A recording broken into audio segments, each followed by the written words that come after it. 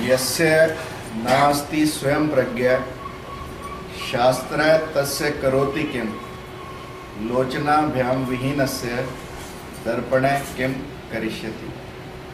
यानी जिसके स्वयं के नेत्र ना खुले हों उसके लिए शास्त्र क्या करेंगे, और जैसे जिसकी आंखें ही ना हो उसके लिए दर्पण क्या करेंगे। स्वामी जी की यात्रा एक आत्म जागृति से विश्व जागृति की यात्रा। एक व्यक्ति मूलाशंकर से शुद्ध चैतन्य से दयानंद, और दयानंद से स्वामी दयानंद सरस्वती कैसे बनता है, ये हमें स्वामी जी के जीवन से सीखने को मिलता है।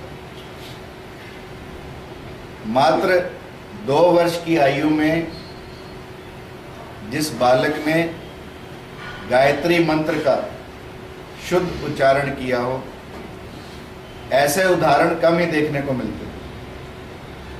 या तो कहते हैं तुलसीदास जी पैदा हुए तो रोने की बजाय राम का नाम बोले,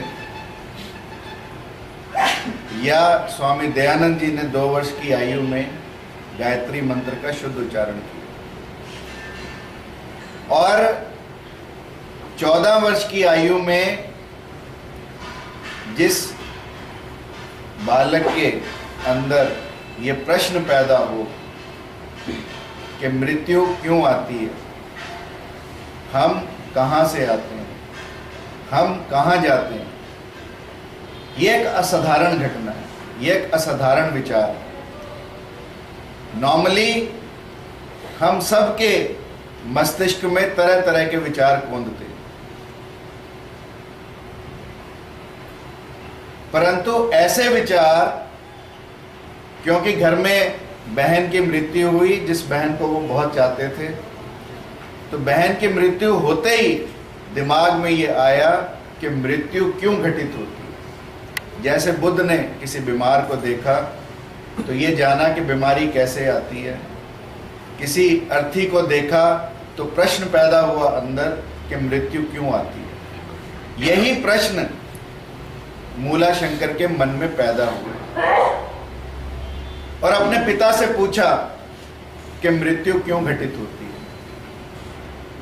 पिता के पास कोई संतोषजनक उत्तर नहीं था, अक्सर नहीं होता पिताओं के पास। हमारे से भी बच्चे हमारे प्रश्न पूछते हैं तो हमारे पास भी जवाब नहीं होता। I read a book 5000 questions which the children ask, and believe me, if you read those 5000 questions, you can hardly answer very few questions out of it. क्योंकि बच्चे का दिमाग मौलिक है, बच्चे का दिमाग किसी ईर्ष्या या द्वेष से पीड़ित नहीं है, बच्चे का दिमाग निर्लेप है। तो इसलिए जो प्रश्न भी पैदा होंगे बच्चे के दिमाग में वो निर्लेप होंगे, वो प्रश्न भी शुद्ध होंगे। तो मूलाशंकर के मन में प्रश्न आया, मृत्यु क्यों घटित होती है। जवाब नहीं मिला तो घर छोड़कर सन्यास में जाने की तैयारी।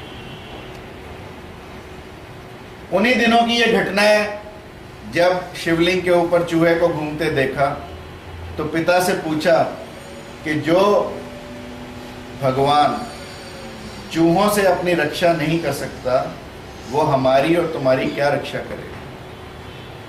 प्रश्न पैदा हुआ। पिता से पूछा कि असली भगवान फिर कहाँ है। पिता ने कहा कैलाश मानसरोवर।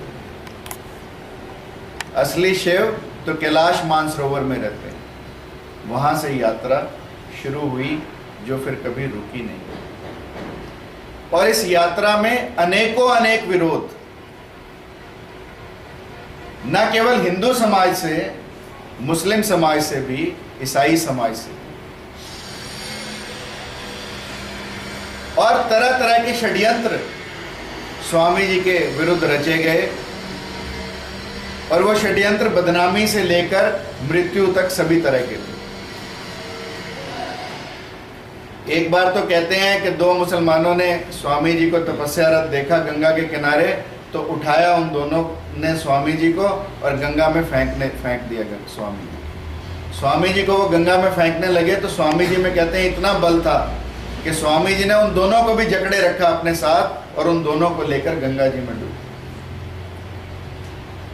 और उसके बाद वो मुसलमान तो छुड़ाकर बाहर निकल आए और जो उनके बाकी साथी थे और वो मुसलमान पत्थर लेकर गंगा के किनारे खड़े रहे कि कब तक पानी में रहेगा गंगा जी के, जब निकलेगा तभी मारेंगे। और कहते हैं स्वामी जी अपने योग बल से रात तक गंगा जी में पानी के नीचे ही रहे और रात अंधेरी में जब निकले तब तक मुसलमान इंतजार करके जा चुके थे। और जब अंग्रेज लोग प्रश्न उठाते थे, अंग्रेजों ने कहा कि तुम्हारे कैसे धर्म ग्रंथ, कुंती शादी से पहले मां बनी, तो स्वामी जी भी तर्क देने में कोई उनका सानी नहीं था। स्वामी जी ने भी तुरंत तर्क दिया कि तुम्हारे जीसस भी तो कुंवारी मैरी को, Jesus was born to virgin Mary. यानी ऐसे ऐसे तर्क जो दूसरे लोगों को चुप कर दें।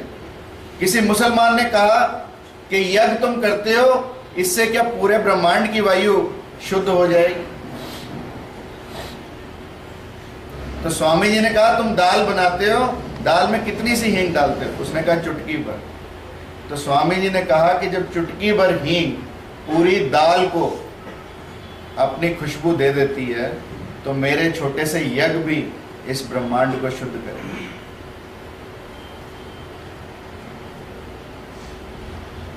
और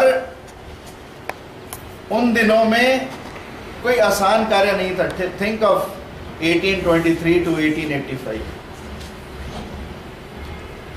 भारत पर अंग्रेजों का वर्चस्व बढ़ रहा था।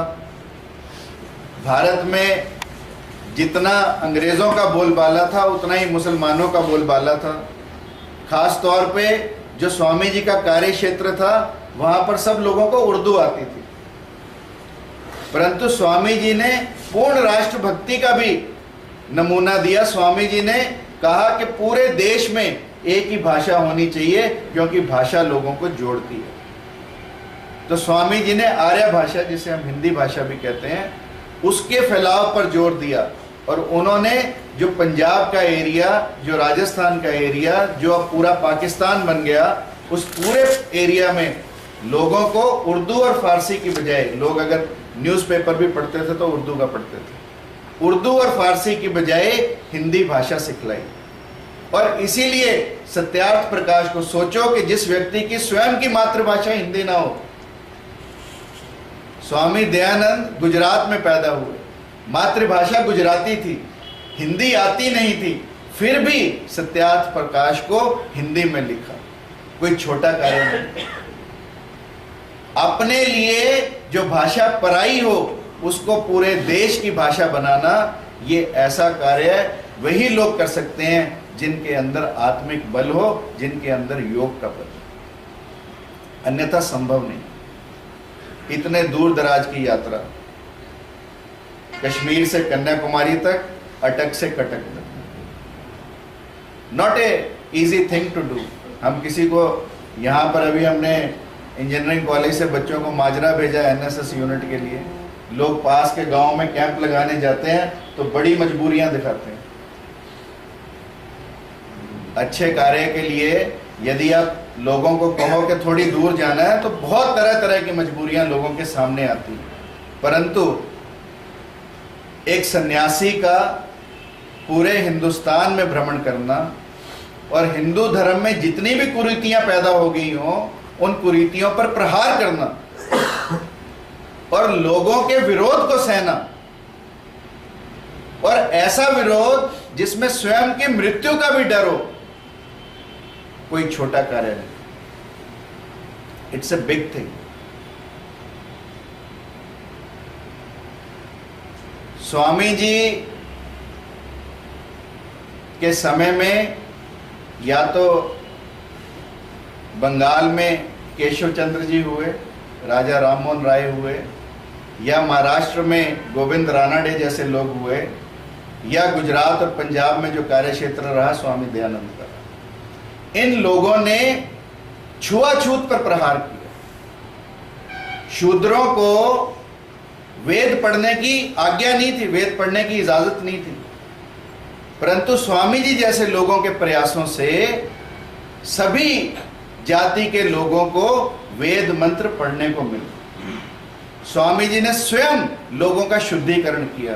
जो लोग धर्म परिवर्तन कर चुके थे, जो लोग हिंदू से मुसलमान बन चुके थे या ईसाई बन चुके थे, उन्हें वापस हिंदू धर्म में यदि कोई व्यक्ति लाया तो उन व्यक्तियों में अग्रणीय नाम रहेगा स्वामी दयानंद। किसी व्यक्ति ने जाति प्रथा पर यदि प्रहार किया तो उनमें भी एक नाम आगे रहेगा, तो वो स्वामी दयानंद। और जिन लोगों ने नारी शिक्षा पर, हिंदुस्तान में जब 1800 का पीरियड था, कोई नारी शिक्षा पर ध्यान ही नहीं देता था। उस समय नारी शिक्षा पर यदि किसी ने ध्यान केंद्रित किया तो वो स्वामी दयानंद सरस्वती। नारी शिक्षा के लिए यदि पहला स्कूल हिंदुस्तान में खोला गया तो वो स्वामी दयानंद की बदौलत लाहौर के पास खोला। यदि सती प्रथा का किसी ने विरोध किया तो स्वामी दयानंद ने पुरजोर विरोध किया। बाल विवाह पर यदि किसी ने प्रहार किया तो स्वामी दयानंद ने। इतने सामाजिक कार्यों को धर्म के साथ जोड़कर, राजनीति के साथ जोड़कर, देश के एकीकरण के साथ जोड़कर कार्य करना कोई आसान कार्य नहीं। It is very difficult. और इसीलिए जो स्वामी दयानंद जी ने आर्य समाज की नींव पहले राजकोट में रखी, पर राजकोट में उन्हें देशद्रोही घोषित किया गया, आर्य समाज को राजद्रोही कहा गया। इसलिए स्वामी जी ने राजकोट से जाकर बॉम्बे में आर्य समाज की स्थापना की। और फिर आर्य समाज की लोर पूरे भारत में ऐसी चली कि आज तक वह लोर जल रही है।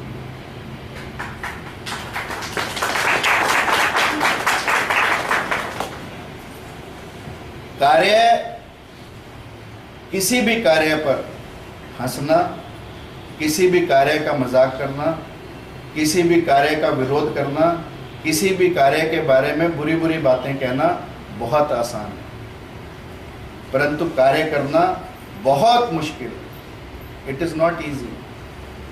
और जिन सर्कमस्टांसेस में स्वामी दयानंद ने काम किया वो काबिले तारीफ है।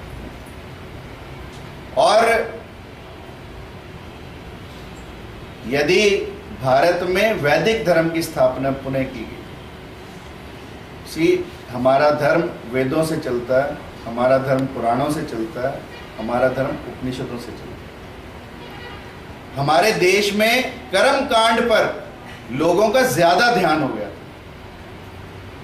ऐसा नहीं कि स्वामी जी ने कहा कि मूर्ति पूजा, अक्सर लोग कहते हैं मूर्ति पूजा का विरोध किया है, स्वामी जी नास्तिक थे, ऐसा नहीं। स्वामी जी ने जो लोग पूर्ण रूप से मूर्ति पूजा में डूबकर असली धर्म को भूल बैठे थे, उन लोगों को जागृत करने का काम। यानी जो असली चीज है उसको लोग भूल जाएं किसी नकली चीज की वजह से। और अक्सर ऐसा होता है, सत्य के साथ बहुत कम लोग होते हैं और असत्य के साथ लोगों की भीड़ होती है। जहां आपको भीड़ दिखाई देगी, मेरी बात मान लेना कि वह असत्य की दुकान है। और जहां कोई व्यक्ति अकेला खड़ा दिखाई देगा, मेरी बात मान लेना कि वो सत्य की दुकान है। असत्य के साथ हमेशा भीड़ मिलेगी। और इसलिए क्योंकि स्वामी जी सत्य के साथ थे, हमेशा अकेले खड़े, हमेशा अकेले। जोधपुर के महाराज ने बुलाया तो जोधपुर का महाराज उस समय एक वैश्य के साथ था, जनीबाई उसका नाम। स्वामी जी ने उस वैश्य के सामने महाराज को भी और वैश्य को भी, दोनों को खरी खोटी सुना दी। महाराज तो सुधर गया, पर वैश्य के मन में पीड़ा जागृत हो कि वो स्वामी जिसने मुझे राजा से दूर किया हो, उसका बदला लेकर हो। और उसने तब इस रसोइये जगन्नाथ को तैयार किया और स्वामी जी के दूध में शीशा घोलकर पिला दिया। स्वामी जी दूध पीते ही जान गए कि उन्हें विष दे दिया गया। उन्होंने रसोइये को बुलाया, क्योंकि अपने तपोबल से जान लिए थे कि तुमके साथ क्या हो। रसोइये को बुलाया, रसोइये को कहा कि ये ले पैसे, और अब तो इस महाराज की सीमा से दूर भाग जा, इस राज्य की सीमा से दूर भाग जा, अन्यथा यदि तू सुबह रहते पकड़ा गया तो राजा के सेवक तुझे फांसी पर चढ़ा दे। ये है क्षमा का नमूना। यदि कोई व्यक्ति कहे कि स्वामी दयानंद आत्म जागृत नहीं थे, सिर्फ एक पंडित थे या महापंडित थे, तो मैं कहूंगा कि वो कुछ भी थे, पर इस अपने एक्ट से, अपने इस कार्य से वह एक महामानव हो गए। क्योंकि क्षमा केवल महामानव का कार्य है, क्षमा केवल मानव का कार्य नहीं। क्षमा वही लोग कर सकते हैं जिनके अंदर आत्मबल हो। और अपने मारने वाले को क्षमा करना यह कोई आसान कार्य नहीं है। जिसने उन्हें जहर दिया हो उसी पर दया करके स्वामी दयानंद सरस्वती ने कहा कि आप तू पैसे ले और इस राज्य की सीमा से सुबह होने से पहले बाहर हो जाए। जीसस ने भी कहा था, जब जीसस को सूली पर चढ़ाया गया तो जीसस कैसे जीसस से क्राइस्ट बन गया। जीसस ने सूली पर टंगते हुए कहा कि ईश्वर इन्हें क्षमा करना। जिन लोगों ने सूली पर चढ़ाया उनके लिए जीसस कह रहे हैं कि ईश्वर इन्हें क्षमा करना, ये नहीं जानते कि ये क्या कर रहे हैं। क्योंकि हम अनजान हैं और वो जानी जान केवल एक है। इसलिए हम अज्ञानता में, न जाने में या बेहोशी की अवस्था में जो भी कार्य करें वह क्षमा करने लगे। Thank you very much.